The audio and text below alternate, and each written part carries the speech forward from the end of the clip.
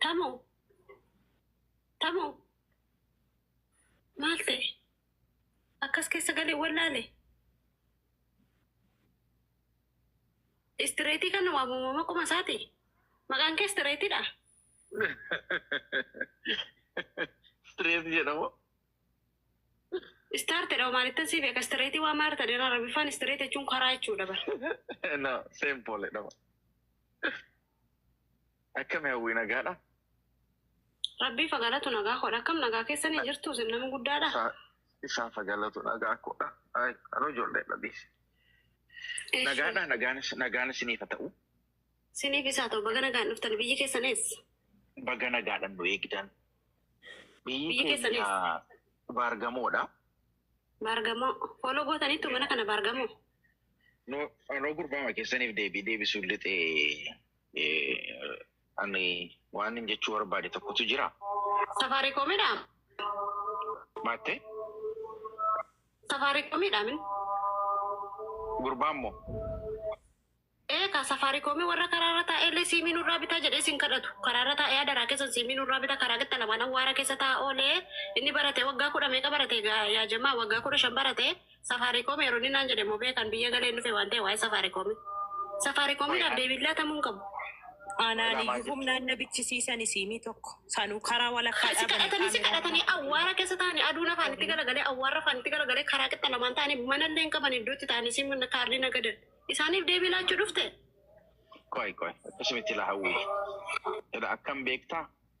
Abbukaatoodhaati. Ani lallabaa wangeelaati obboleettii koo. Ishi maallutti muu dhuftarree? Waan isiniin jechuu barbaadeen. Ishi. Namni barumsaan hin lakka'amu. Namni nama waaqayyooti malee namni barachuudhaa baates barumsaan hin lakka'amu namni tokko akeekaan biyya lafaa dhufe waaqayyoo yaadee qopheessee kan biyya lafaatti erge akka namni akka safaanitti banuuf miti. Sigalee kan jiraachisu waaqayyoodha. Sigaleera nama waaqayyo jiraachisu tokko atiin baranne jarri akkasiin baranne ijoolleen biyya arabaan baranne jedhanii shallaguun wayii gadi qabuun sirrii miti.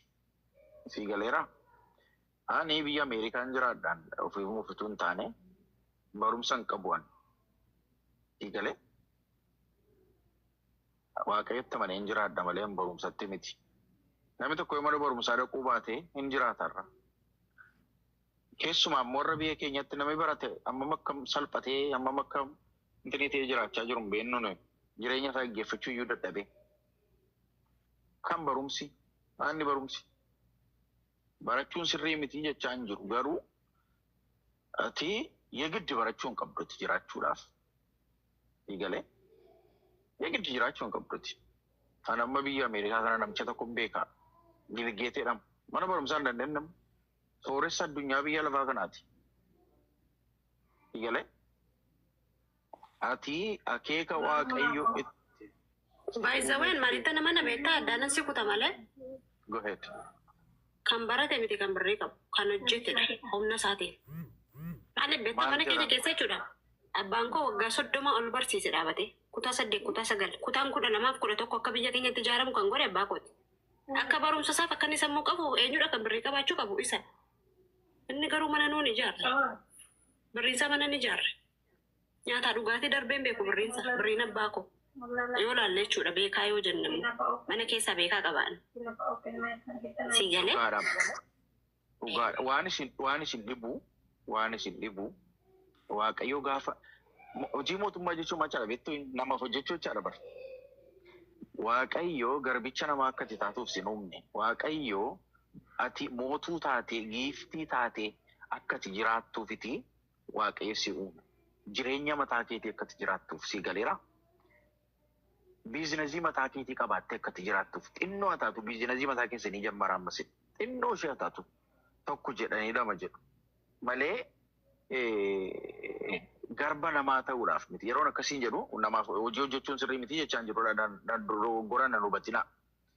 Jalqaba namumaaf hojjetteetu jalqabda. Walirra buufattee kaayyoo kee birrii keessan hin battamsina namatti hin ergina kana ngoonfamina walirra qabu walirra buufadhaa horii keessan hidhadhaati achi baati biizinasii xiqqoo ishee jalqabaa.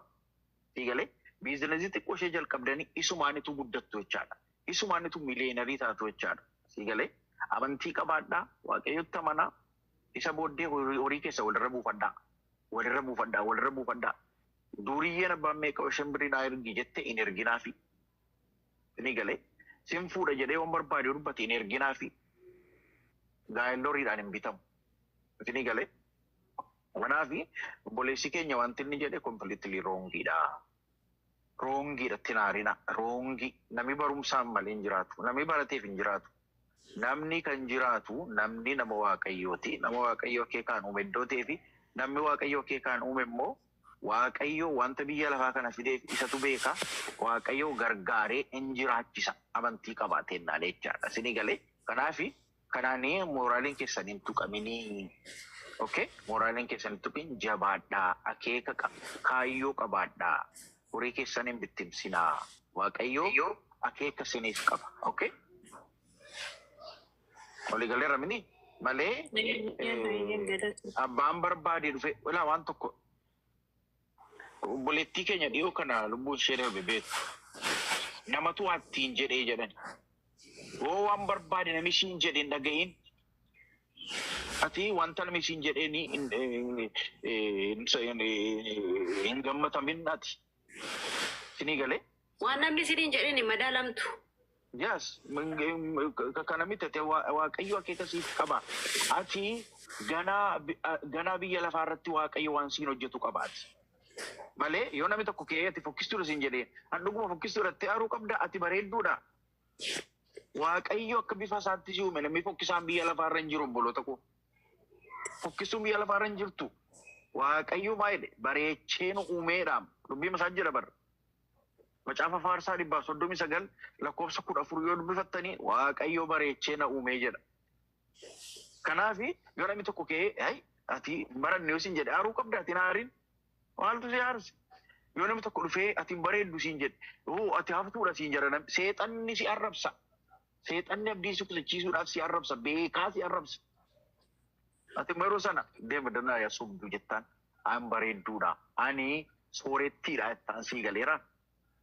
Kanaafi obboloota koo wanta namni isiniin jedhuun abdii keessaniin kutattina. Wanta namni isiniin jedhuun hin tuqamina. Seexanni beekaa si arrabsa. Yoo ati keessumaa hin barbaadamta taate seexanni yeroo sana immoo waan tokko dhufa gamaa jedha beektaa? Ati maa inni hiriyaan kee si biraa sokkaniiru, hiriyaan kee si biraa kana godhataniiru, hankee kun maa inni siin jedha. Si galee? Ati immoo yeroo sana hankoo kun akeeka waaqayyootiin jiraa jechuun qabdachaadha. Ati immoo smaartii ta'uu qabdaa jechaadha malee wanta seexanni ittiin karaarraa si kaachisuudhaaf abdii si kutachiisuudhaaf jireenya kee balleessuudhaaf dubbatuuni hin tuqaminii. Obboloota koo adaraa keessan ila akkana isiniin jedhe horii keessan namatti hin ergina, horii keessan hin bittimsina, horii keessan walirra buufadhaa hidhadhaa. Nama kaayyoodhaaf jiraatu immoo ta'a. Isinii galee nama kaayyoodhaaf jiraatu immoo ta'a. Adaraa keessan abdiin kutatinaa haasaan taane warra haasaan taane jecha haasaa oolan duukaas yeroo keessan hin gubinaa. Akka jedhu kana duwwaa dubbadheen xumura. Macaafa fakkeenyaa 31 lakkoofsa 10 kaasanii dubbistanii waa'ee dubartii tokko argitu. Lebbaamsiiti jedhamti. Dubartii qaxalee mana ishee qabachuu dandeessu jedha. Isinii galee dubartiin suni haasaa dhaabii dubartoota warra oduu odeessaa naqxu isheen akeeka isheetiin jirbii oofti jedha macaafa qulqulluu. Biizinasii mataa isheetti qabdi jedha. Abbaa manaan ishee jedha. Abbaa manaan ishee namoota wajjin hiriyoota isaa wajjin yoo taa'u garaan isaan shakku jedha. Isheen ganama suubiidhaan kaatee hojjettoota isheetiif hojii laattee qursii ciree qopheessitee jedha. Isinii galee dubartii sana ta'a obboloota koo. Dubartii sana har'a ta'uu hin dandeessu, har'a akkas taane ta'uu hin dandeessu.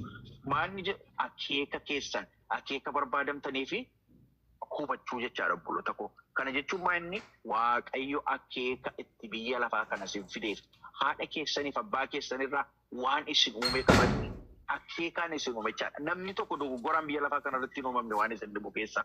Namni fokkisaan hin jiru biyya lafaarra. Namni hundumtuu bareedaadha obboloota koo abdii keessaniin kutitinaa isiniin jechuun barbaada. Galatooma waaqayyo sinaa eebbisu jabaadhaan moshi yoo gaaffii qabattanii naa barreessaa. Guddaa galata qoricha gorsa gaarii. Siyaa eebbisu. Eebbifamaa. Ameen. Dura kwani saare kan hin dubbadhee fi barree akkasitti afaan guutee nama qeequmsaa sammuu hin hubanne sammuun baranne qabaachuu isaati dammoo dubartoota biyya Arabaa warruma